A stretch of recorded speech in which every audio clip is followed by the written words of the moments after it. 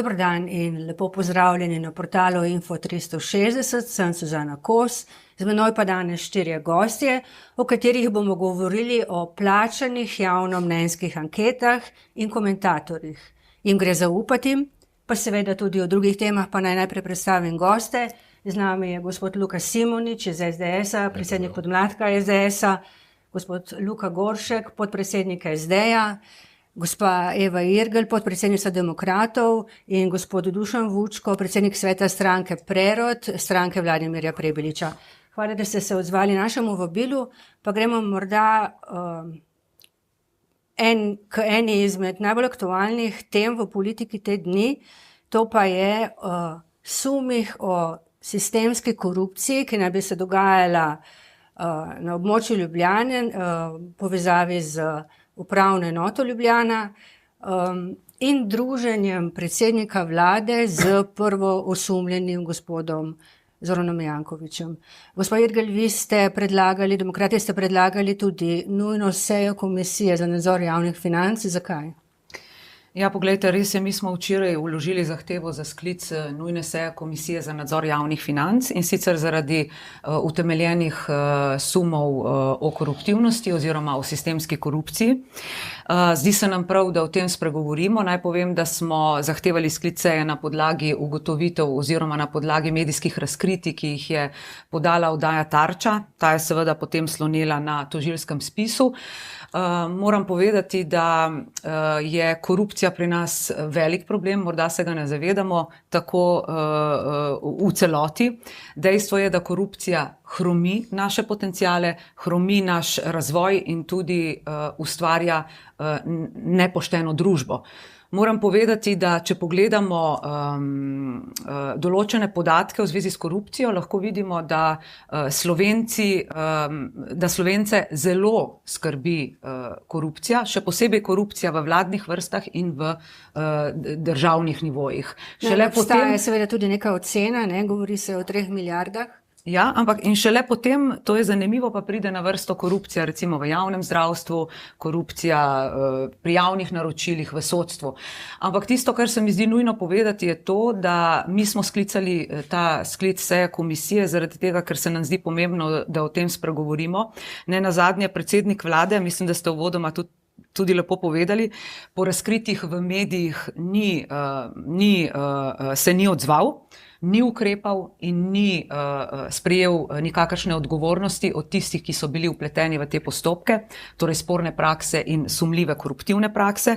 Predsednik vlade je celo naslednji dan odšel na zabavo k Zoranu Jankoviću, ki pa ga ravno specializirano državno tožilstvo torej postavlja kar na prvo mesto pri teh koruptivnih strukturah. Glejte, po mojem mnenju je potrebno to povedati, da predsednik vlade je s tem pokazal, da mu ni mar, kar ima zapisano v sami koalicijski pogodbi, to je torej ničelna stopnja do korupcije. To zdaj govorite o polemiki, ki ste imeli z gospodom Logarjem v parlamentu. Ne govorim samo o tej polemiki, ampak o tem, da je predsednik vlade dejansko odšel na naslednji dan po razkritjih na zabavo župana mestne občine Ljubljana in s tem na nek način dal jasen signal, da podpira takšne sporne koruptivne prakse. Jaz ne poznam primera, sem prepričana, da ne obstaja v Evropski uniji, da bi predsednik vlade katerikoli v primeru, da bi naslednji dan, ko se je razkrilo takšno medijsko razkritje, odšel na zabavo in na nek način podprl to osebo, ki je utemeljeno osumljena očitno teh kaznivih dejanj. Ni bila samo zabava, petkova zabava, ker ste se potem dobila tudi v ponedeljek v lokalu razvpitega Dragana Tošića. Gospod Vučko, kaj vi pravite na to? Ja, veste, na to je sploh težko odgovarjati. Pa povejte svoje mnenje, se vam zdi to prav, da se družita dva politika? Ne, politike se vedno družijo, ampak če mene vprašate, jaz se v takih okoliščinah absolutno ne bi družil, ker gre za predsednika vlade, s tem sporoča Sloveniji, da podcenjujejo te vprašanja. Spomnimo se, kakšne so bile komunikacije z Komisijo za preprečevanje korupcije. Ampak mi imamo problem s korupcijo ne od včeraj. Od vrsto let že. Jaz mislim, da bo treba v prihodnje okrepiti boj proti korupciji na vseh ravneh, zlasti bi pa bilo treba razmišljati o enem bolj zobatem organu, ne, kot je Komisija za preprečevanje korupcije, ker očitno organi pregona, zlasti policija, svojega dela ne opravi tako, kot bi morala. Je pa nesporno, kot je kolegica Eva rekla, ne, korupcija zahteva resen boj in je resen problem v tej družbi, ampak ne od včeraj, ampak vrsto let, in mislim, da je skrajni čas, da tukaj stopimo skupaj in se uskladimo in sprejmemo zakonodajo, ki bo bolj učinkovita, ker očitno nam nekaj ne gre. No, bom dala besedo še obema Lukama, a ne? Ampak gospod Simonič, bi najprej vas vprašala. Recimo, gospod Janković, vemo, da je zdaj samo osumljen, ampak v preteklosti, recimo, ko je prišla na dan tudi ta afera farmacevtka, ko so bili jasni prisluhi policije, se mi zdi, da v neki razviti demokratični državi bi pač politik odstopil, ko pride to na dan. Ja, se vsekako strinjam z vami. Ne? Vi morate vedeti, da ko ste ravno prej imeli to prijateljstvo z Robertom Golobom, ne? To je prijateljstvo v korupciji. Ne? In tudi gospod Golob je že bil podpredsednik stranke Pozitivna Slovenija, takrat, ko je vodil gospod Zoran Janković, takrat v svojem govoru pove, da ga morajo zavarovati kot kraljico, in to tudi danes dela. Ne? In gospod Janković, jaz mislim, da je ravno tisti, ki je sinonim korupcije v Sloveniji. V bistvu vsako leto dobi eno novo afero, seveda pa on to spretno manevrira in nekako mu doben ne pride do živega. Ne? In enako dela tudi v občini Ljubljana. In podobno, recimo, če lahko omenim primer, ne? Gospod Loredan je na začetku tega mandata prišel kot borec proti korupciji v zdravstvu. Spomnite se, Zoran Janković se moral opravičiti borcu proti korupciji.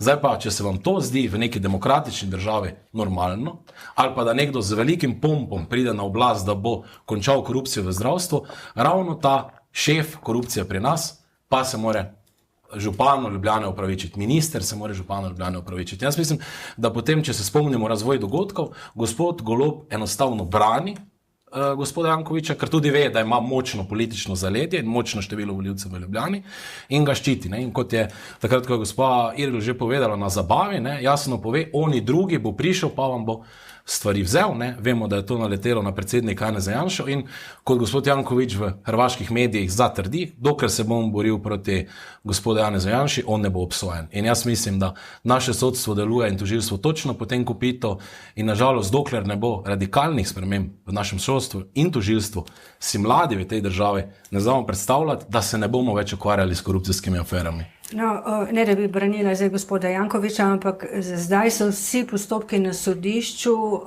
v nobenem postopku ni bil obsojen, ne, na koncu. Gospod Luka Goršek, kaj si vi mislite o tem druženju vašega šefa koalicije, ste pač del koalicije z gospodom Jankovićem? Ja, zdaj, pravilno smo prej ugotovili, da letno nekje okvirno 3 milijarde evrov izpuhti v tej državi. Ne? In leta 2020 že so opozarjali, da se bomo enkrat zbudili v neki realnosti, kjer politika ne bo več odgovarjala za domnevno korupcijo in pa za kršenje integritete. Ne? Leta 2025 živimo to realnost, kjer politika več ne odgovarja pri domnevnih koruptivnih dejanjih in pa pri kršenju integritete. To je pa zaradi tega, ker v bistvu nekako politika več ne odgovarja, ko se že samo v medijih pojavljajo neke insinuacije, da je nekaj šlo narobe. In ko govorimo naprimer v odnosu gospoda Jankovića in pa gospoda Goloba, je treba tudi upozoriti, ne, obstaja še en odnos na desni strani, to je Rok Snežič in Janez Janša. Ne. Večkrat zdaj v tem tednu sem že tudi zasledil, da v bistvu se podajajo neke ideje o nekih novih organih. Ne. Jaz mislim, da mi ne rabimo novih organov, ker to bi potem pomenilo samo, da še imamo en dodatni organ, do katerega politika deluje zaničevalno. Mi imamo organe, kot so NPU, KPK, je pa treba spremeniti odnos do njih. Tudi narod oziroma državljanke in državljani ne smemo sprejeti tega okvirja, ki nam ga politika spretno nekako vrže na pladnju, da ko se pojavijo nepravilnosti v javnosti, da potem nekako dela okvir, da je s tem organi nekaj narobe, da so spolitizirani, da nimajo prav. Ne. Tu ne smemo paditi na to v bistvu in moramo terjati odgovornost od politike. In tudi volivci in volivke imajo to priložnost na volitvah, da izberejo stranko, ki je odgovarjala takrat, ko bilo to treba. Kar se pa tiče v bistvu splošne korupcije, pa tak, da, kot že rečeno, imamo NPU, imamo KPK, odnos politike do teh organov je pa jasen in žal se v tem mandatu tudi to ni spremenilo, glede na to, da se je to obljubljalo, da bo to ena izmed prioritet. No, Tarča bo nadaljevala temo sumov o korupciji povezani z gospodom Zoranom Jankovićem. Gospod Goršek, ker mi niste konkretno odgovorili, vas bom vprašala, ali ste po Tarči recimo razpravljali kaj v stranki sami, da bi morda veljalo se odzvati ali karkoli? Situacija je taka, da smo v bistvu pred volitvami, po volitvah se bo tudi delala računica, s kom potem lahko sodelujemo, glede na tudi ugotovitve, ki bo mogoče takrat prišle na plano. Je pa moje osebno mnenje. Glede gospoda Goloba ali kaj? Tudi, glede na to, da čakamo še tam nekatere postopke, bomo tudi na to mogli počakati. Je pa moje osebno mnenje, da sodelovati s politiko, kjer je tudi dokazano potem, kakršnakoli nepravilnost bila, ne moremo. Tukaj mora biti nek jasen odnos, tudi javen odnos, kako se pač potem sodeluje ali ne sodeluje s posamezniki, ki so bili koruptivni ali pa so kršili integriteto. Pa naj se gre za Janšo ali za Goloba. Simonič, potem pa še na to stran. Ja, vse lepo poprav, vse se lepo sliši, moram vrniti žogico kolegu. Definitivno, tudi sami imate ogromno problemov z tem. Nekaj ste jih razrešili. Je pa res, da tudi, ko smo mi pozvali gospoda Prednika, da odstopi, smo mi tudi iz vaših vrst dobili takoj nazaj, da se vidimo na sodišču. Potem čez teden, ko je prišla ven. To je bil pritisk na naš. Potem imate gospod poslanko Hotovo, ki vsi vemo, odkje prihaja, grozi novinarom in vi morate prvo narediti red v svojih vrstah. Če mi vržete gospoda Roka Snežiča, Rok Snežič ni doben politični funkcionar, nikoli ni bil del stranke SDS in tega se moramo zavedati. To so gola dejstva. Vi pa imate problem v sami poslanski skupini SD in teh morate prvo razrešiti. Ko boste razrešili, imate gospod poslanko, ki vemo, da je, in seveda bom verjetno po tej oddaji zdaj tudi verjetno bil poživač tožilstva, ker sem preveč že omenil sploh ta primek. Ne konkretizirate preveč, da se učite. Tako da jaz mislim, da je to jasno. In tudi, konkretiziramo, da gospa poslanka dela pritisk na medije in tudi, to je enako. In jaz mislim, da moramo biti tu korektni. Da ne bomo prišli do medsebojnega obtoževanja. Jaz lahko rečem, da gospa poslanka meni ni nikoli še vzela, tako da... Če dovolite, ko je bilo govora, v katerem momentu more politik odstopati, Veste, pri nas ne od danes, spet, že vrsto let, jaz sem bil direktor, jaz sem bil v politiki leta 2000 do 2004, potem je šlo stvar, se je bistveno spremenila, saj kar jaz, ko sem gledal to od zunaj. Ampak mi imamo že vrsto let problem s tem, v katerem trenutku mora nek politik odstopiti. In si ne prizna politika, da so standardi za politiko znatno višji, kot pa domneva nedolžnosti, kot velja. Ampak enkrat, ne vem, ali ste v parlamentu, se upravičujem, Eva, ti bolj veš, a je bil sprejet etični kodeks? Mislim, da so bili eni poskusi, je bil, ampak tam not sigurno piše, dajmo, glejte, v Nemčiji je predsednik republike pred leti odstopil zaradi dokazanih 600 evrov nezakonito pridobljenih sredstev. A si predstavljate? In če je kaj prednost preroda, saj v tej fazi, je, da smo brez nahrbtnika. In nam ne bo kolega nič mogel učitati zaenkrat. Mi smo si v program dali absolutno boj proti korupciji in se tukaj s kolegom Gorškom strinjam. Ja, organe imamo, ampak več kot očitno je, da ti organi ne delajo tako, kot pričakujejo. Ne nazadnje volivci in volivki in državljani. No, jaz pa mislim, da je absolutno potrebno preiti od besed k dejanjem, da takšna in drugačna obračunavanja ne bodo prinesle nič dobrega za ljudi v državi, ampak je pa potrebno opozoriti takrat, ko vemo, da je črno na belem jasno, da so se zgodile sporne, nesprejemljive prakse in to na najvišjih funkcijah v državi oziroma na teh nivojih. Zdaj moram povedati, da demokrati smo zahtevali sklic te nujne seje Komisije za nadzor javnih financ tudi zaradi tega, ker imamo eno od ključnih točk vsebinskih našega programa, tudi boj proti korupciji. In moram povedati, da ukolikor bomo sestavljali naslednjo vlado, potem bomo seveda že takoj ustanovili najprej enoto specializiranega tožilstva za boj proti korupciji in organiziranemu kriminalu.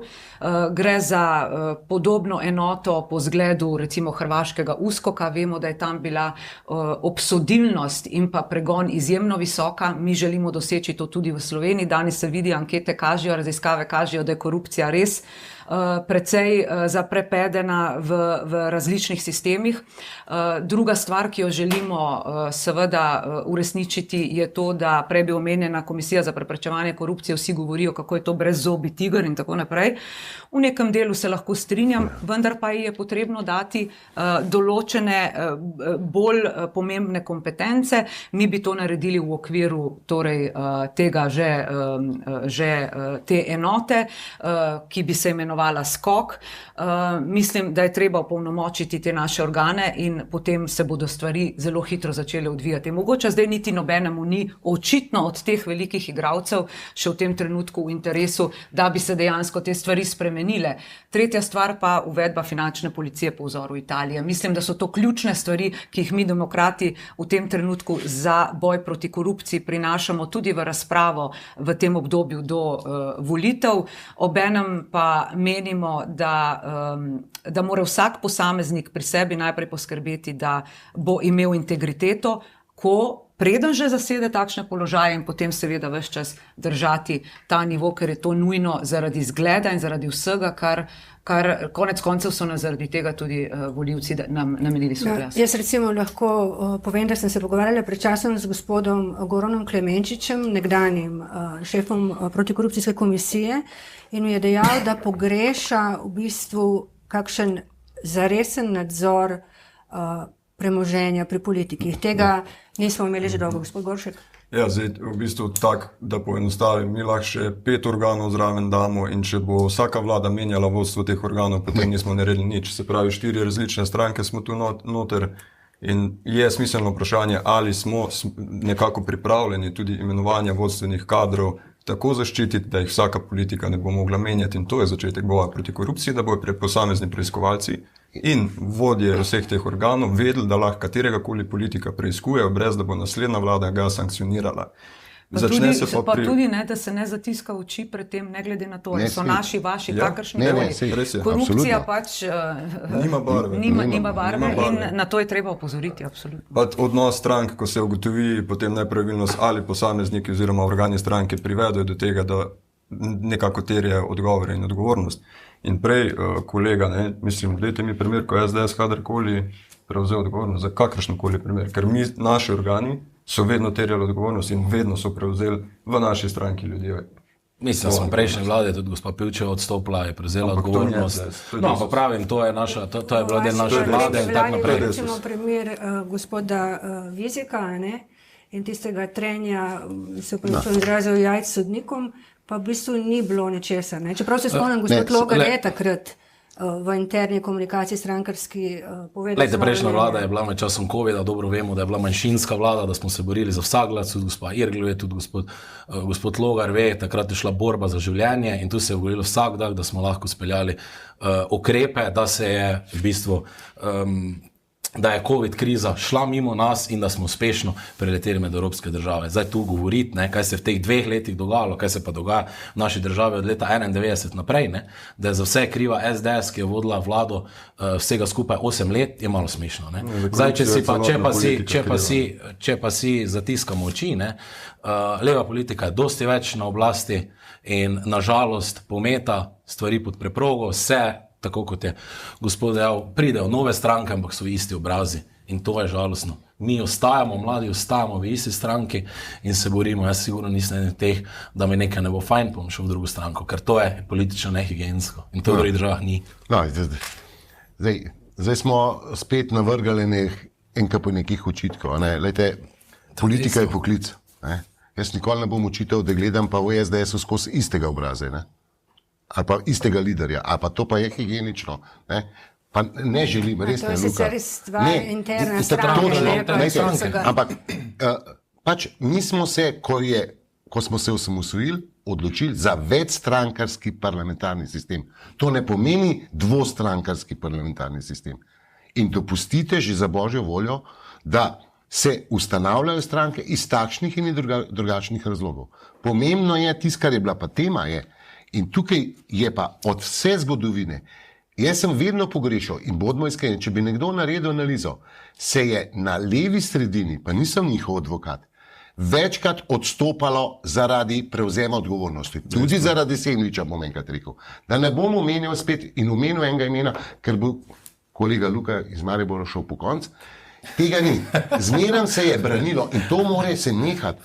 In v politiki bi se mogel zmeniti, kje je tisto. Seveda, da vsaka kazenska ovadba, ki jo lahko spiše anonimnež, ne more biti zato, da se v medijih pojavi. Ampak obstajajo neki pravni standardi, kjer pa ni več, bi pa mogel vsak politik odstopiti in ga stranka njegova ne bi smela braniti. Ne, naš je pa v redu, to je neka teorija zarote.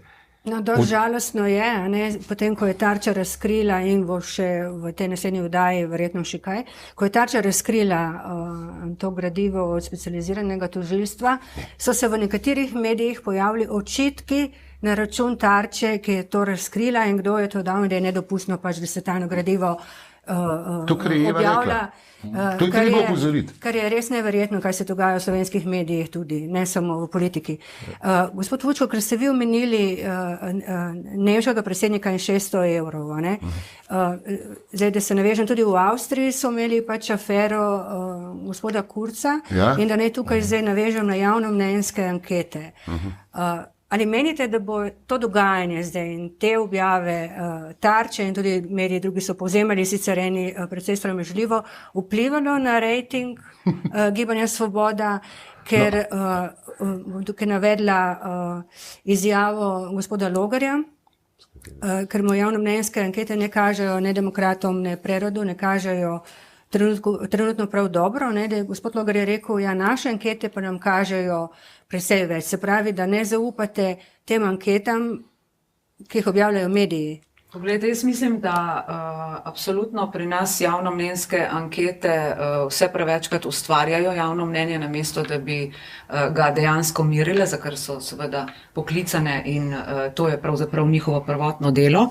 Vendar pa je potrebno vedeti, da seveda ni vse tako enostavno, ampak da je temu res tako, da se lahko ljudje res vprašajo, ali je to merjenje javnega mnenja ali pa ustvarjanje javnega mnenja, smo lahko videli pri zadnjem referendumu o prostovoljnem končanju življenja. Jaz sem sodelovala v tem kampanji, bila na soočenjih na nacionalni televiziji, na radiju, ampak moram povedati, da začela se je kampanja pa na ta način, da smo prvi dan kampanje so poročali vsi mediji, kako javnomnenjske ankete kažejo, da bo zakon podprlo več kot 60% ljudi. Na koncu smo videli, da je zadeva povsem obratna. In tukaj se lahko vprašamo, ali je to zaradi tega, ker so želeli samo ustvarjati javno mnenje, ali pa se je res tako mnenje med samo kampanjo spremenilo, da je pol bil takšen rezultat na koncu. Zdaj, kar zadeva demokrate, jaz moram povedati, da mi demokrati ustvarjamo izjemno dobro zgodbo, hodimo po terenu.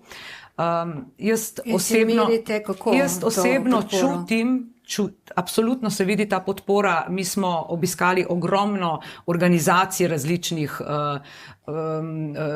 vseh možnih deležnikov, z njimi se pogovarjamo, z ljudmi, ki si želijo samo eno normalno življenje v tej državi, neko ravnovesje. Danes smo mi v situaciji, ko smo zelo polarizirani, gremo na eni in na drugi strani v skrajnosti. Skrajnosti nikoli niso dobre, so zaprte same vase, nimajo potencijala znotraj sebe. Skratka, lahko odgovorim do konca. Skratka, mi smo danes v situaciji, ko je treba to preseči in to se čuti na terenu. In na terenu jaz opažam, da so ljudje poistovetijo s to zgodbo. In jaz vem, da je naš vpliv med ljudmi bistveno večji, kot jih zaznavajo te ankete in tudi naše notranje analize kažejo, da je pač doseg bistveno večji. Predvsem pa jaz si upam že danes napovedati, demokrati gremo na 20 poslancev in več in mi to zdaj povem, bomo presenečeni teh volitev. No. Zdaj, jaz bom rekla, da kolegica Eva je izkušena političarka 24 let. Ona je na vprašanje, ki je bilo zastavljeno, povedala, kaj demokrati in koliko je pričakujejo in kakšne imajo občutke. Vsi imamo dobre občutke, veste. Seveda, SDS še najboljše. Ne pomeni, da se bo rezultiralo v javnomnenjske ankete. Vprašanje je bilo, ali verjamemo javnomnenjskim anketam. Jaz kot direktor službe Državne volilne komisije se nikoli z nisem ukvarjal. Prvič pa mi bila politika tako, da vidiš, ampak vedno so se izkazale za precej zgrešene. Edino exit poll, ki je pa nekaj drugega, ne, takrat za vzporedne volitve so bile pa napovedi zelo dobre. In se strinjam s kolegico, ne, a mi reči, da ima demokrati prerod zele 2,5 in je moj padel kar nekaj, pa ok, po moje so zadejene naveze, ki to zelo spretno dopušča možnost, da so zelo nestrokovno narejene te javnomnenjske ankete. Ampak zanimivo je pa nekaj, ne? Da se pa, kot je rekel Karel Erjavec, eno stranko pa nič ne prime kot teflon. A res verjamemo, da ima Svoboda ob vseh teh problemih, vseh teh aferah, kar še 18, pa 16, pa 17. Pa dobro, če rečemo, da je SDS neka tradicionalna stranka za svojimi volivci, ok. Ampak tukaj nekaj ni. In že, če primerjate različne ankete, ki se pojavljajo, kakšne razlike so? Halo? Tako da, jaz mislim, da bodo javnomnenjsko anketo dali na koncu, na dan glasovanja volivci. To vedno politiki govorijo. Ja, pa saj to moraš drugače reči. Gremo še na to stran. Gospod Haček je ob tem, ko je predsednik vaše koalicije, oziroma prvak vaše koalicije, Robert Golob, na enem od nastopov javnih rekel, da bi bilo super, da bi ukinili volilni molk. Je gospod Haček rekel, da se mu zdi to dobra ideja, ampak da bi on hkrati tudi ukinil v bistvu ali pa prepovedal objavo javnomnenjskih anket pred volitvami, ker se pač pojavlja vse skozi dvom v njihovo verodostojnost. Bi pa tukaj mogoče še dodala pod vprašanje za oba vaju, kaj pa politični komentatorji. Zdaj, jaz sem slišala iz stranke SD, gospod Goršek, da je recimo eden od političnih komentatorjev pred volitvami leta 2022, gospod Alem Maksuti, bil svetovalec in plačan strani Tanje Fajon, ki je bila še evropska poslanka, hkrati je pa v medijih nastopal kot neodvisni politični komentator. Tudi zdaj imamo nekatere politične komentatorje, tako z leve kot z desne, za katere se govori, da so na nek način finančno podprti pri svojem razmisliku in komentiranju politike od političnih strank. Zdaj ste v bistvu toliko stvari navrgli, da ne vem, kje naj začnem. Pri javnomnenjskih raziskavah, v bistvu zdaj 4 leta, vsak teden skoraj eno javnomnenjsko damo ven, zadnji mesec pred volitvam pa tega ne naredimo, pol nismo nič v bistvu naredili. Pol je javno mnenje v bistvu že ustvarjeno. Verjetno tudi potem taktično glasovanje je posledica teh javnomnenjskih raziskav, ker v bistvu v tej državi se zmaguje na način, da si proti nekomu. In ta dva pola sta ustvarila dva politična hegemona, ki sta odvisna eno od drugega in zdaj imamo v bistvu to, kar imamo, kar pa ni produktivno za razvoj države. Kar se tiče ukinjanja volilnega molka, nam se to ne zdi smiselno. Jaz mislim, da 2 dni vsaj ljudje morajo imeti vsaj približno nekega mira, da se odločijo, koga bojo izbrali. Res pa je, da zdaj socialna mreža že v bistvu tega skoraj ne dopuščajo več. Je pa to vprašanje, ki se ga potem treba lotiti po volitvah, ne pa 4 mesece pred volitvami, ker je tukaj potem treba to vse usklajevati. No, ampak imate recimo, to se vprašujem, kaj vas prekinjam, imate tudi vi občutek, da so nekateri komentatorji v zadnjem času zelo obrnili svojo špuro, po kateri so prej komentirali? Ja, seveda. In se človek sprašuje, kaj se je zgodilo? Politični komentatorji, tisti, ki nastopajo vsaj v največjih komercialnih televizijah in tudi na RTV, se v bistvu vsi vemo, koga ponavadi bolj preferirajo. Zdaj, odkje so plačani, kdo jih financira, s tem se jaz osebno ne ukvarjam, ampak ponavadi vsaj, kolikor vidim tudi na Pop TV, dajo tak, da je pro-kontra. Nekdo, ki bo kritičen do vlade in tisti, ki bo zagovarjal in že v bistvu tukaj potem ne skrivajo svojih preferenc. Kar se tiče Alema Maksutija, jaz, kot smo že prej govorila, za to ne vem, da bi svetoval Tanji Fajon. Je pa dejstvo, da danes, pa že tudi takrat, jaz v javnosti nisem videl, da bi nas glih kaj preveč hvalil. Če je pomagal, nekaj veliko pomaga k temu, da bi nas javno kakorkoli preferiral. Ja, mislim, da naša stranka ne skriva, da se s temi anketami že dolgo ne strinja in tudi sami menimo, da ni tako, je pa res, da tako ste sami rekli, ne, to ustvarja javno mnenje, ne, in tudi pri prejšnjem referendumu se je to videlo. Jaz še enkrat tu izredne čestitke tudi gospodu Primcu, ki si je upal iti v to kampanjo, ne, ker če tebi kaže, da boš zgubil, ne, bodimo realni, se malo vstrašiš, če bo šel v to bitko, ne. Tudi Golob na koncu same kampanje, ne, prizna, ne, javno mnenje je bilo čisto drugače, ne, kaj se je zgodilo, ne. In oni so priznali, da so v ta referendum šli, ker so mislili, da ga bodo dobili, ne. Na koncu se je situacija obrnila. Kaj se tiče političnih strank, ne, za enkrat jasno, da je Slovenska demokratska stranka Gibanje Svoboda, mislim, da sta edini stranki, ki zagotovo imata največjo moč pri volivcih, ne. Druge stranke pa vidimo, da se vsak teden menjavajo, kdo bo prišel v parlament. Tako da jaz mislim, da bitka bo izredno zanimiva do konca, ne, in tako kot so že povedali kolegi, ne, odločili bodo volivci. Je pa res, da ta volilni molk, ne, mi moramo vedeti, da se volilni molk nanaša samo na vodje, se pravi kampanje, ne, in vsi ostali ga lahko izvajajo, ne. Zdaj, jaz osebno mislim, da je volilni molk pri nas brez veze, zato ker ostali ga lahko izvajajo. Naravno tistih par ljudi, ki se volilnega molka more držati, mislim, da ostali lahko naredimo dosti več. Kar se tiče pa tega za, se pravi, javnih mnenj do enega meseca, mislim, da je bil, ne, pred enim mesecem pred volitvami, podobno imajo Italijani tudi, ne. Zdaj, jaz mislim, da to niti ni tako slaba ideja, zato ker na koncu vsi taktično glasujejo, tako kot so kolegi povedali, ne, in kalkulirajo, ne, kateri stranki boljše kaže, pa reši damo glasovati, ja. Je pa res, da tudi javnomnenjske raziskave ogromno, kar morajo ljudje najbolj gledati, ogromno pripomorejo tem, kdo se bo s kom povezoval. Zato, ker pri nas mislimo 2 pa 2 je enako 6, ne, če se 3 stranke povežejo. Po na koncu na volitev vidimo, da ni ravno tako, ne. In marsikdo, ki mu danes mogoče kaže 5-6%, ne, se ne bo povezoval, ker misli, da bo z lahkoto prišel v parlament, na koncu pa od tam izpade, ne. In tu jaz mislim, da je ravno problem teh anket, ne, ker so tudi neka politična preigravanja in ljudje in potem odločevalci strank ne vedo, kar bi naredili, ne, in potem se zgodijo razne napake. Spomnite se gospod Pivčevo, 7% pred volitvami, na koncu ne vem, če je prišel 2%, ne. No, to so neke realne, ne, če bi se ona povezala, takrat povežemo Slovenijo, bi bilo enako, ne, ona je bila v tem primeru zavedena, ne, in to se je točno zgodilo, ne. Kar pa se tiče tudi, da mogoče še repliciram demokratom, ne, jaz mislim, da ne, treba biti realen, treba je gledati, kakšen je teren, ne, in si ne zastavljati previsokih ciljev, ker na koncu si fez razočaran po volitvah, ne. Glejte, jaz bi samo komentirala to, kar ste prej načeli vprašanje volilnega molka. Jaz moram reči, da verjetno bi volilni molk najbolj ustrezal zagotovo stranki Gibanje Svoboda in pa SDS-u, zaradi tega, ker imata nenazadnje vojsko trolov, ki pošilja po družbenih omrežjih. Ukinitev volilnega molka, ja. Ukinitev volilnega molka, ja. Mislim, da bi ustrezal najbolj tema dvema strankama, zaradi tega, ker imajo vojsko trolov, ki potem po omrežjih, ki po... Se niso presenetili. A smem povedati? Ne, sej.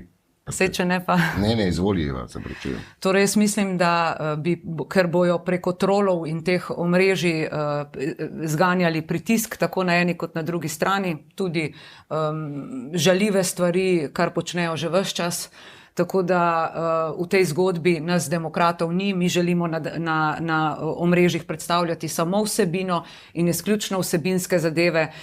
Predvsem pa, sicer pa ne nasprotujemo ukinitvi volilnega molka, ker bomo tako izkoristili še zadnje 2 dneva, da lahko vsebinsko nagovarjamo volivce. To se nam zdi ključno in pomembno, ker mora nastopiti ta preobrazba v ljudeh, da začutijo, da je res čas za spremembe in da polarizacija pretirana tako na eni kot na drugi strani ne vodi nikamor. Tako da mi podpiramo načeloma ukinitev volilnega molka, vendar si pa ne želimo, da bi prihajalo do direktne agitacije na samih voliščih. To pa mislim, da se strinjamo tukaj, da do tega ne sme priti. Gospod Vučko, potem gospod Simonič. Ja, tukaj malo mešamo jabolka in hruška, ne.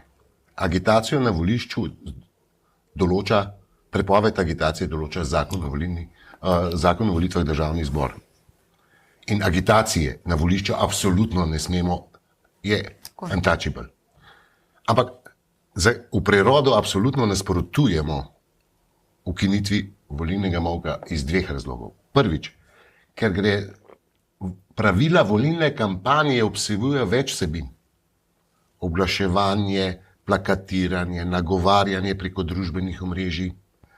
Pravzaprav predloga še nimamo, niti ne vemo. Mene bega, kaj je predsednik vlade s tem mislil. Me ne preseneča, da so z SDS-om stopili skupaj. To ne bi bilo prvič, kadar so jasno izraženi interesi. Ampak a se sploh zavedamo, kakšne so posledice? A si vi predstavljate v naši družbi, kaj bo to pomenilo? Jaz sem razumel, da je osnovni problem ta, da je na podlagi te določbe zakone policija začela kriminalizirati socialna omrežja, zlasti Facebook pa Instagram, ko so posamezniki, pa ne gre za plačljive oglase, ampak tukaj se je spremljeno. Če je to problem, to naslovimo in to rešimo. A si vi predstavljate predvolilne shode na dan glasovanja? Jaz sem bil na volitvah v Makedoniji. To je, tako bo pri nas, pred volišči, na dostopih do volišč, bodo predvolilni shodi. Tukaj kolegica je lepo rekla, to gre njim v prid, absolutno, ker so močne stranke, organizirane, zelo, in to ne bo dobro, vam povem. In še nekaj, taka sprememba je bila v nasprotju z kodeksom o dobri volilni praksi Beneške komisije, ki jasno pove, da temeljne sestavine volilnega prava, kamor sodi tudi pravila volilne kampanje, ne sme, to je priporočilo, vse pa Ustavno sodišče na ta nezavezujoč pravni akt sklicuje, ne sme spreminjati najmanj eno leto. In jaz se strinjam to, kar je rekel, če ima, potem mora biti spet, to je še ena v nizu, bom rekel, bombic Roberta Goloba. Od kako bo dal dodatke sodnikom, potem, da ne omenjam, še kakšne te njegove prenagljene odločitve, ko preseneti lastno koalicijo, ker nič ne vejo, kaj bo zdaj, in potem so stisnjeni v kot, da božičnica. To je še eno vprašanje, ki zahteva strokovno debato, tudi stroko vključiti, ne samo gospoda Hačka, meni se ta njegova ideja ne zdi dobra, žal, lahko on tako meni, jaz se z njo ne strinjam, tudi v prerodu, in dajmo si vzeti čas. Obstajajo določene, sam ne mi delati sporednice z ameriško demokracijo, ker to žal ne, ampak dajmo obstiti, koliko je, ker ne vem, če smo zreli, no? Se je vprašanje sploh, če je še čas, da bi to sprejeli? Ne, čas je, lejte, če skopijo skupaj, evo, lejte, zdaj imamo, niti ne rabijo dvotretinske večine. Ne rabijo koalicije. Nič ne rabijo. SDS, pa Golob se zmenijo, vložijo zakon in smo tam. No, in pa demokrati bodo rekli, da je načeloma ne, pa bo se pa mogoče kaj zdržali. Ampak ne, jaz se res odsvetujem, no, tudi SDS-u. Dajmo si vzeti čas in bodimo skupaj v tem, da si vzamemo čas. Ne pogledamo samo koristi, če so, ampak dajmo pogledati, kaj nam bo prineslo posledice. Ja, vidimo, da že delajo koalicije, pa kako bo vse, jaz verjamem, da bo čas pokazal, kako se bo vse odvilo, ne.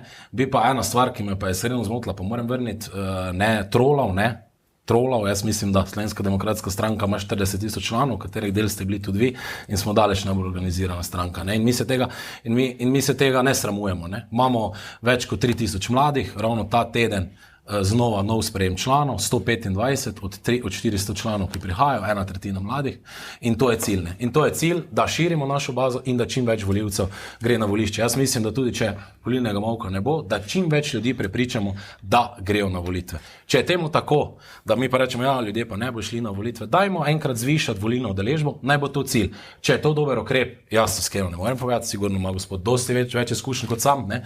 Ampak jaz mislim, da mora biti cilj, da tudi povečamo volilno udeležbo. Zato, če se vrtimo ta okoli 50%, moramo vedeti, 50% ljudi misli nasprotno. Ne? In jaz mislim, da je cilj, mora biti vsake politične stranke, da poveča volilno udeležbo in da pripelje čim več volivcev na volitve, tako enako tudi državne volilne komisije. A veste, kaj sem jaz slišala iz vaših vrst, da si ne boste prizadevali za to, kar ste zdaj govorili, večjo volilno udeležbo, ker vam manjša volilna udeležba omogoča ali daje večjo možnost, da bi bili zmagovalec in sestavili vlado. No, jaz mislim, da je... So me zavajali vaši kolegi. Glejte, to je...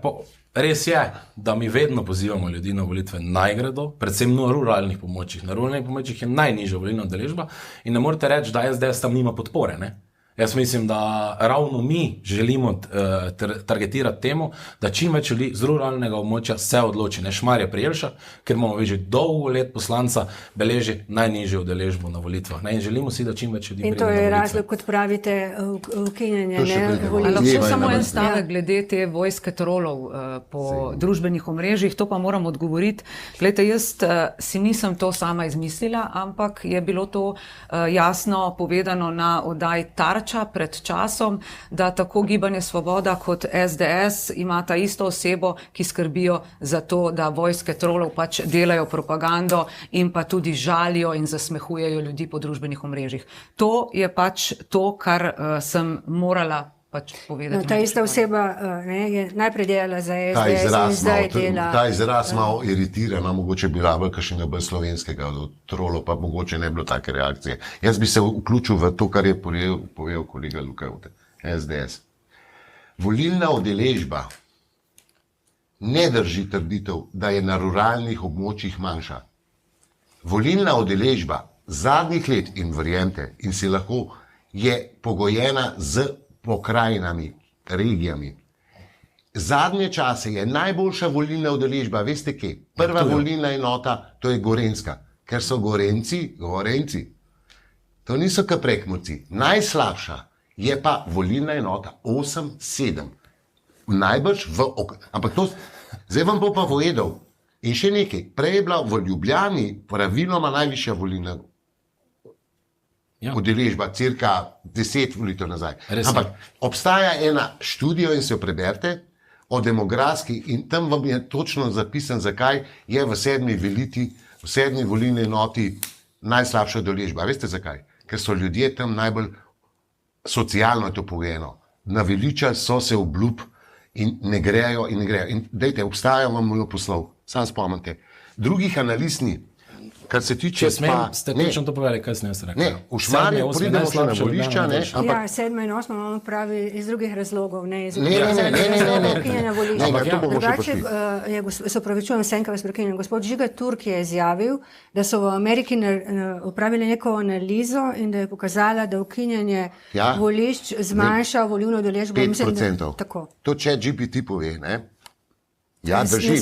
Ampak je samo ena. Ena pa pokaže 0,4%. Ampak lepo vas prosim, ne preslikavati Amerike in število volišč v Ameriki in razdalje, zlasti ne v mestih. Halo? In a ste spomnite volitev v Ameriki, kako ljudi stojijo v vrstah? To že dokazuje, da imajo majhno število. Slovenija ima po ugotovitvah OVSE ODIHR največ volišč, jaz si skoraj upam trditi, nisem pa vse države pregledal v preteklosti, največ volišč na število volivcev. Mi imamo drug problem, da imamo vrsto volišč, ki imajo samo po 30 volivcev. In če je tam 10%, če je referendum, pa ni to zdaj, udeležba, je treba zagotoviti tajnost glasovanja. Mi že zdaj imamo DVK pravila, kako to rešimo. Ampak jaz ne nasprotujem, da se v območjih, kjer je mogoče še kaj doda. Ampak bomo prišli do te, ni bila ta tema. Ne? In bila je druga tema zdaj. Ne volišča. Ja, naj povem gledalcem in poslušalcem, da je gospod Vučko bil dolgo leta direktor državne volilne komisije oziroma službe državne volilne komisije, tako da to res poznam. To ve, kaj govori, gospod Simonič. Jaz sem povedal svoja dejstva, gospod drugačna in gledajte, jaz mislim, da več volišč povečuje volilno udeležbo. Mi se moramo vprašati, zakaj ljudje ne grejo na volitve. In sam menim, da bo več volišč pripomoglo k temu, da bo šli. Kar se tiče gospoda Žiga Turka, pa ChatGPT, to jaz ne morem ocenjevati, toliko gospod Turk pove, ampak tako da jaz mislim, da več volišč prineše večjo volilno udeležbo. Jaz menim, da je to boljše. Ko pa vse skupaj, sam prihajam iz ravno te volilne enote, 7. volilne enote in 8. Mi imamo ravno probleme tam, ker so vsa volišča na eni in enaki šoli. In potem ljudje prihajajo in pravijo, joj, gledajte, kam se moram zdaj daleč peljati na volišča. To so pač problemi iz terena, jaz jih povem, kakšni so. Jaz verjamem, da ste vi, morate tudi braniti svoje delo, na zadnje ste bili 13 let direktor in gledajte, jaz menim drugače in moja logika je, več volišč, večja volilna udeležba in večja reprezentativnost potem tudi v parlamentu. Zdaj, da so se pa volišče... No, zdaj smo že tam. udeležbe Ne, ampak so lahko odgovorim, sem videl, da bo Eva tako izkoristila. Ne? To pa bo gospod. Ja, ker to je tipično za tiste, ko enkrat govorijo o slabi volilni udeležbi, pa najdejo rešitev o e-volitvah. Bo pa je prišla Eva do tega, pa ni res. Eno, kolega, dajte mi povedati, zakaj je volilna udeležba v okrajni volilni komisiji Ptuj 2 ena najnižjih v Sloveniji, pa imajo 100 volišč v okrajni volilni komisiji, zakaj je pa recimo v Škofje Loka 2, kjer je volilna preferenca vaše stranke izrazita, vprašajte gospoda Žana Mahniča, jih imajo pa biti 20, pa je ruralno območje. Še enkrat vam povem, ni problem v številu volišč. Jaz sem za to, da se še kje vzpostavi, če je potrebno. Bomo prišli, zakaj so se ukinjali. In jaz ne branim svojega dela, jaz branim okrajne volilne komisije in člane SDS-a. Ker imate v vsaki okrajni volilni komisiji, ki določa volišča, svoje predstavnike in Nova Slovenija, če še omenim, in Svoboda, Preroda in Demokratov tam noče ni. In dajte najdete v vašem kraju možnost v nekem naselju, kjer so mogli ukiniti volišča zaradi invalidom dostopna, javnih objektov ni in zasebniki, mi smo ene redkih držav, ki imamo ogromno volišč, prek 360 v zasebnih objektih. A ste to vedeli? In potem ljudje ne dajo več to v uporabo, ker se jim včasih zdi, a bi vi dala svoje stanovanje za volišče ali pa hišo. Ne bi želeli, da hodijo. Ne polemizira z njemu, jaz samo... Definitivno, debata mora biti odprta debata. Ampak jaz ne branim svojega dela, se opravičujem. Ne, ampak tako ste rekli, tudi mi moramo najti ta volišča in jih bomo našli. Super. Definitivno. Je pa res, da imamo ogromno primerov. Jaz pa prihajam iz Maribor 1, kjer je volišče, predčasno volišče v Kamnici, zajeti so pa tudi ljudje iz Rač. Zdaj, verjetno ljudje, ki niso tam, si ne znajo predstavljati, ampak greš mimo 4 predčasnih volišč, da prideš na predčasno volišče v Kamnici. In zdaj si predstavljate, kako tem ljudem razločiti, zakaj moram jaz iti vse okoli Maribora, da potem pridem na predčasno volišče. Imamo take specifike. In jaz jih tu navajam in jaz verjamem, da bomo to uspeli rešiti, je pa tako, kot ste navedli, tudi naša odgovornost in drugih strank, da to popravimo. Se definitivno to zavedam. A ja, pa še to. Ne, samo še to. Volilna udeležba ni tako slaba, no. O čem govorimo? Volilna udeležba je bila slaba, je treba povedati. 2014, 2018 je bila zaskrbljujoča. 2022... Ja, 70%, prej 65%, to ni tako slaba. Predtem je bila pa 56, tiste je bilo pa že malo grozno. Ampak očitno so volilci končno v Sloveniji spoznali, da je treba iti na volitve. Ker če sediš doma, odločajo drugi na mesto njih in upam, da bo ta trend držal, čeprav se bojim, da si upam tvegati napoved, da tokratne volitve marca ne bo 70% volilna udeležba, ne verjamem. Ker tak veter v jadra, ki je bil COVID situacija, pa to anti-Janša, ja, to je bilo pa recimo, da je nekaj več izbire, da bi mogoče bo kdo verjel, da ste vi dva tretja pota, ne? In da se vam bo to dovolilo v predvolilni kampanji. Gospod Goršek, kaj je, ste v SD tako mirni, veste, imate dobro listo in se ne ukvarjate z morebitnimi sistemskimi spremembami na področju volilne zakonodaje. Zakaj ste tako tiho? Zaradi tega, ker je stroka povedala vse, kar je bilo treba povedati in mi vedno pravimo, da stroka mora imeti tudi glavno besedo. Gospod Irgl. Ja, zdaj so tudi malo v tem položaju. Ja, jaz sem malo navrgla zaradi tega, ker sem hotela povedati, ker so omenjali dvig udeležbe. Mislim, da je to tudi ena od opcij, kjer bi lahko začeli tako zviševati udeležbo na volitvah. Jaz moram povedati, da sem zelo vesela, da je naš podmladek, torej Mladi demokrati, podmladek stranke Demokrati, začel z akcijo Čas je za e-volitve. To pomeni, da se zelo zavedajo, v kakšnem času živimo, da je ta čas digitalen, da veliko stvari večina prebivalcev že digitalno dela, tudi pušča podatke na spletu in tako naprej. Ampak pomembno je to reči, da mi želimo, da se opravi, zato ker se zavedamo, da to ni ukrep, ki bi ga, ali pa zakon, ki bi ga spremenil čez noč, da se opravi neka razprava o tem, da se opravi, da skupaj z državnozborskimi volitvami razpišemo posvetovalni referendum o tem vprašanju, da ljudje odločijo o tem. Lahko pa povem, da imamo tudi že zgled v nekaterih dobrih praksah. Estonija je recimo leta 2005 uvedla elektronske volitve, še danes jih ima, nimajo praktično nobenih večjih težav, saj tako so poročali. Obenem pa leta 2021 ali 2022, ko so bile zadnje volitve, 51% je že glasovalo digitalno, ampak dovolite mi, da do konca povem, saj gospod Vučko bo še imel priložnost, danes si je vzel veliko prostora, tako da, ampak razumem, ker je strokovnjak za to področje, ampak želim samo to reči, da je pomembno narediti o tem razpravo, da to lahko absolutno dvigne udeležbo, je pa treba iti v to postopoma. In mi želimo, da se gre v to postopoma, da najprej glasujejo o tem, da se to začne na ravni glasovanja v tujini, potem na ravni ostalih, ki ne morejo priti, recimo nimajo dostopa do volišč, kot so invalidi in tako naprej.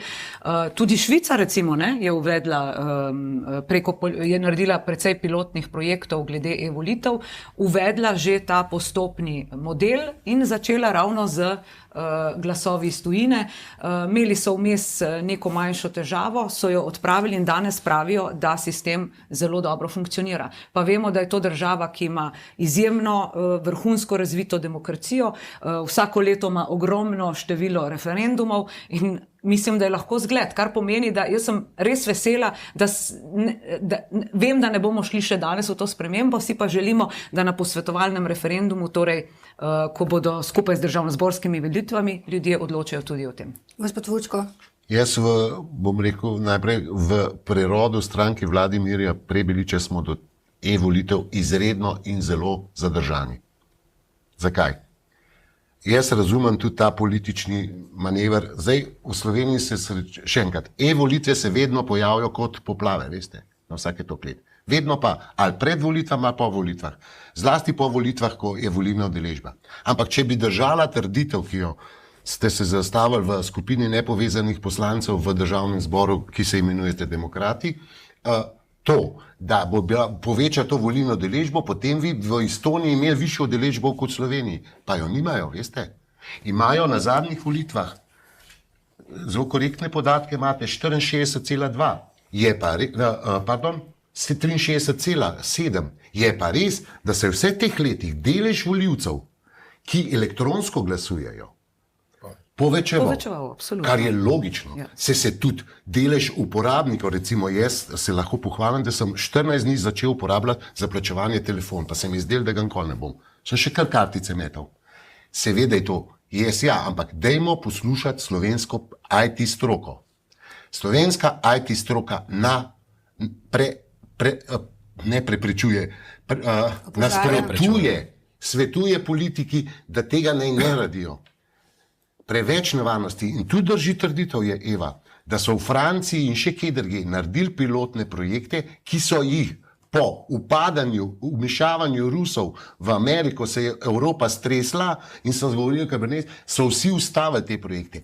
Edina država, in to tudi je res, Estonija, ki uporablja e-glasovanje. Mi imamo e-volitve po standardih, evropskih standardih. Jaz sem bil član, imenovan od vlade, v ekspertni skupini, kjer smo skupaj v Evropi pripravljali pravne in tehnične standarde za e-volitve in e-glasovanje. To je, veste, koliko strani.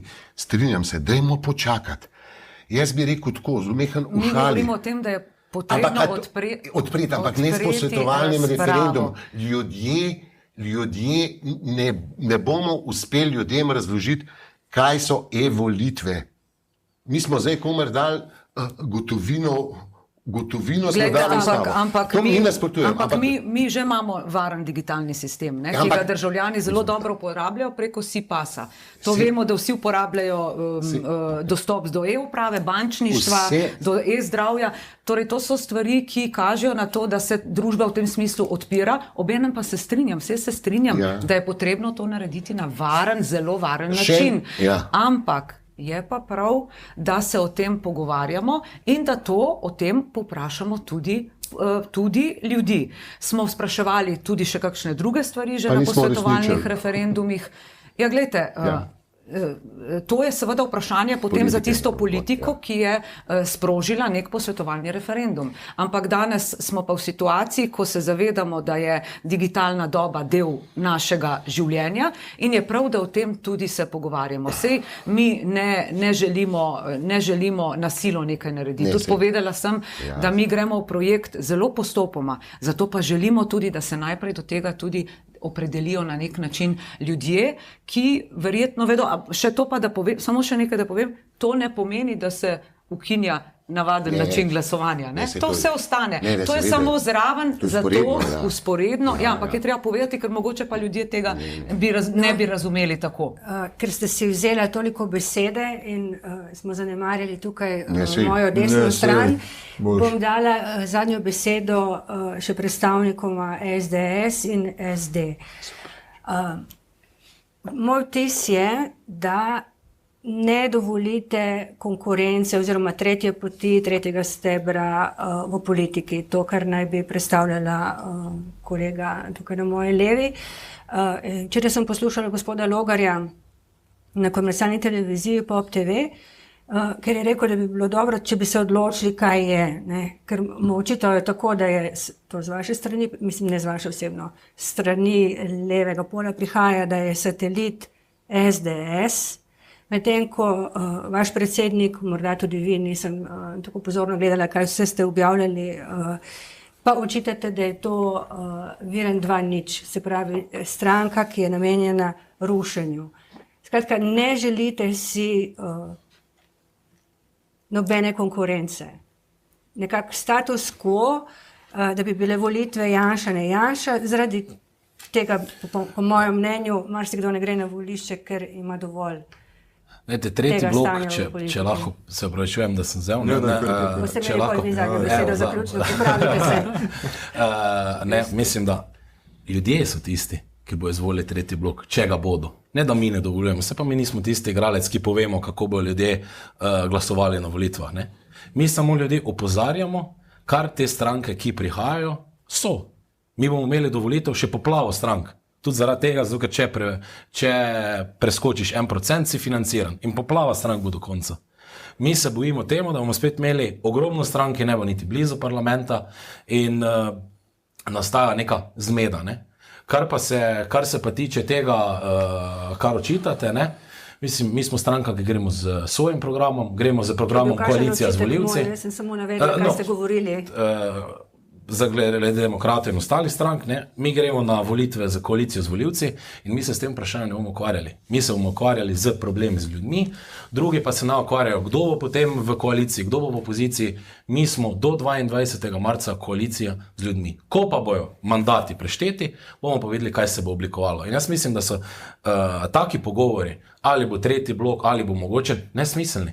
To bo ljudje povedali, kdo bo na koncu dobil največ mandatov in kakšna sestava parlamenta bo naslednje leto.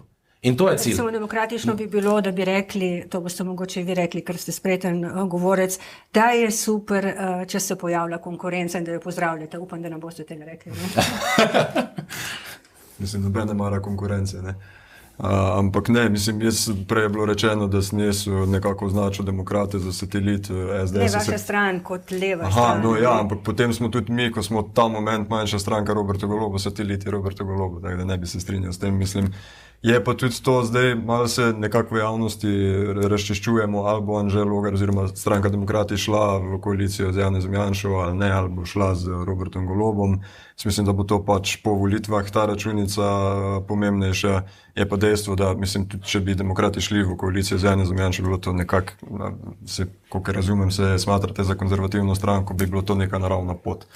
Ni za zameriti ne NSI-ju, ne demokratom, če razmišljajo o tem, da bi šli. Ampak je zanimiva analiza podpore demokratom, pa tudi prerodu. V bistvu, mislim, da 47% je nekdanjih volivcev Gibanja Svoboda. Hitro še vsakemu dam besedo, gospa Irgl. Ja, mogoče bi samo še to rekla za konec, da demokrati smo stopili v politični prostor zato, da zmagamo volitve v mesecu marcu, ko bodo razpisane, zato, da sestavimo vlade politične širine, kajti polarizacija ne prinaša več nič dobrega, mi se moramo več delati na ravnovesju in na stabilnosti v državi in da konec koncev naredimo potem uspešno Slovenijo 2034, kar je tudi ena od osnovnih paradigem našega programa in vabljeni, da se vsi pridružite k temu. Gospod Vučko, Ja. boste povabili tudi vi? Tudi v prerodu seveda gremo na volitve za to, da bomo zmagali. Ne. Sej, to je slogan, ki se mora vedno slišati. Mi to res verjamemo. Mi tudi res verjamemo. Volivci bodo povedali, jaz bom pa v svojem imenu govoril, jaz mislim, da bomo dosegli zelo dober rezultat. Se pa strinjam s tem, da je skrajni čas, da zaključimo z delitvijo na dva pola, ker potem je najbolj, da ustoličimo večinski volilni sistem, spremenimo ustavo in se vržemo v brezno brez dna. Mi še enkrat poudarjam, mi smo se odločili za večstrankarsko parlamentarno demokracijo, mi imamo izkušnjo z eno stranko.